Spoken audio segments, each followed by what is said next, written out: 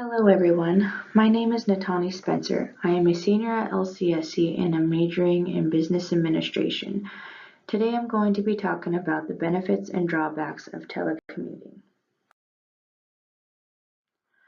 First, I'm going to explain what exactly telecommuting is. Telecommuting is defined as working from home or another place other than a regular office setting. It is something that is continuing to grow in popularity. In 1980, only 2.3% of workers were telecommuters. Today, it is estimated that over 3 million workers now telecommute. This number is also expected to grow by 63% over the next few years. Researchers are also currently finding that companies are offering telecommunication to replace their benefits.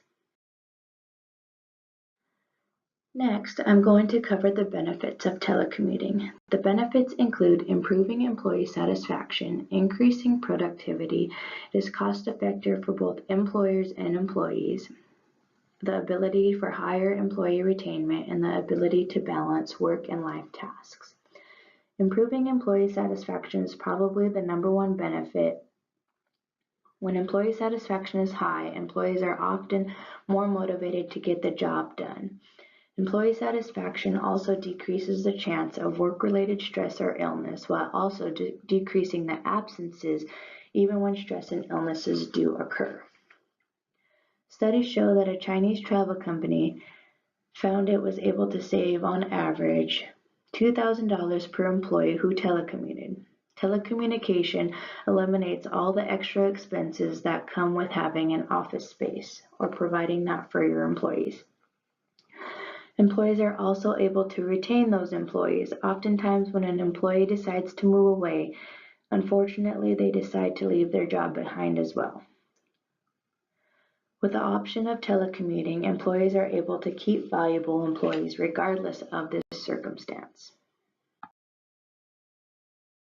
With benefits comes drawbacks. Some of the drawbacks of telecommuting include management has less control, there are less face-to-face interactions and creativity, there oftentimes may be resentment from other employees, there could be issues with work or personal boundaries, and it's simply just not for everyone.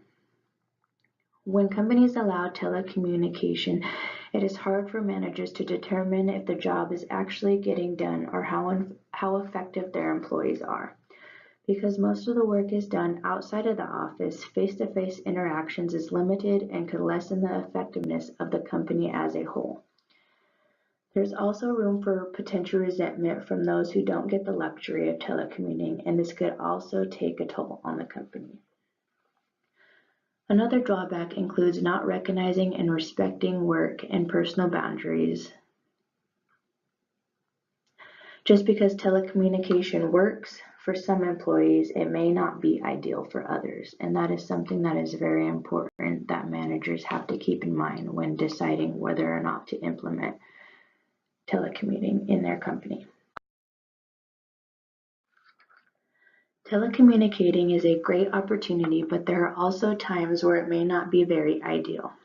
There are some employees who work better in groups and prefer to be in an office setting in order to get that face-to-face interaction. Telecommunicating may also not be ideal for companies who thrive off of that face-to-face collaboration. At the Nez Perce tribe, each department and department manager works together to reach specific goals set forth by the company. When one manager is gone, it is hard to make those decisions and it's hard to move forward. It truly is a group effort. Large technical-based companies also rely on group work. The Nez Perce Tribe Information Systems does a lot of networking for the tribe and the community, and its work is related to keeping the organization up and running. It would be extremely hard for them to do what they do if each employee were to be working from home. Telecommunicating may also not be ideal for customer service-based companies like car insurance agencies, for example.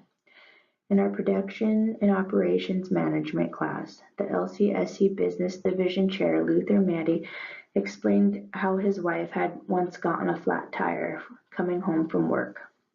He contacted her off-road assistance, but the person he was talking to was located across the country. By the time the agent was able to contact someone to actually go and help her, Luther was able to reach her and fix the issue before anyone from the insurance company was able to be contacted. So there are definitely some cases where telecommunicating maybe isn't the best option for your company. Telecommunication also poses some risk to a company. The first is expanding workers' comp. When employees are not in an office, it is hard for supervisors to be fully aware of their employees' working conditions. This could lead to more workman's comp claims, which could cost the company more money in the long run.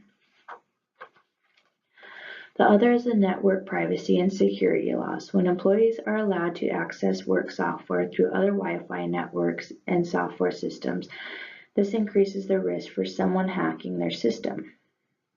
Since the company has little information about what could be released, this is more likely to increase the need for first and third-party business insurance to ensure that they are protected. In conclusion, telecommunication is a strategy that is growing in popularity and comes with many benefits and drawbacks. There is always something to take into consideration when determining whether or not to implement it. Although there are drawbacks, establishing clear guidelines and policies can help ensure telecommunicating runs smoothly within a company. It's also important to always remember that while it is a great opportunity, it is not necessarily for everyone. Thank you for listening to my presentation, and I hope each of you were able to take something away from it. In conclusion, telecommunication is a strategy that is growing in popularity